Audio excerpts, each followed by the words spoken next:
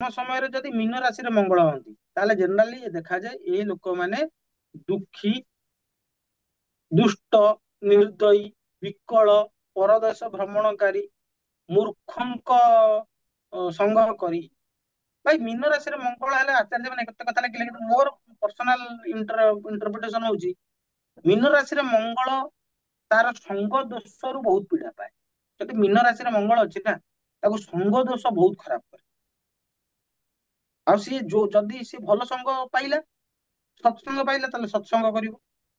ଯଦି କୌଣସି କ୍ରମେ ପ୍ରାୟତଃ ଦେଖାଯାଏ ସେମାନେ ସବୁ ଖରାପ ଲୋକ, କୁଜନ ଲୋକଙ୍କ ସହିତ ସଙ୍ଗତିରେ ପଡି ସେମାନେ ଆ, ବହୁତ ମାତ୍ରାରେ ସମାଜର ଖରାପ କରନ୍ତି ପ୍ରାୟତଃ ଦେଖାଯାଏ। ଯଦି ଶୁଭ ଗ୍ରହର ଦୃଷ୍ଟିରେ ଅଛନ୍ତି ତାହେଲେ ସେ ନିଶ୍ଚିତ ଭାବରେ ସେ ଲୋକ ସୁଖୀଟିଏ ହବ, ଆଉ ସମସ୍ତଙ୍କ ପାଇଁ ଲଢିଲା ବାଲା ହବ, ସମସ୍ତଙ୍କ ହକ୍ ପାଇଁ ଲଢିଲା ବାଲା ହବ।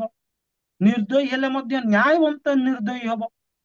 ଲୋକ ମାନେ ସୋସାଇଟିରେ ଖରାପ କାମ ହଉଛି, କେହି ଡରିକି କିଛି କହୁନାହାନ୍ତି, ଇଏ ଲୋକ କିନ୍ତୁ ବାହାରିବ କହ ନା ମୁଁ ଛାଡିବିନି, ତେଣୁ ମୋ ଜୀବନ ଯାଉ।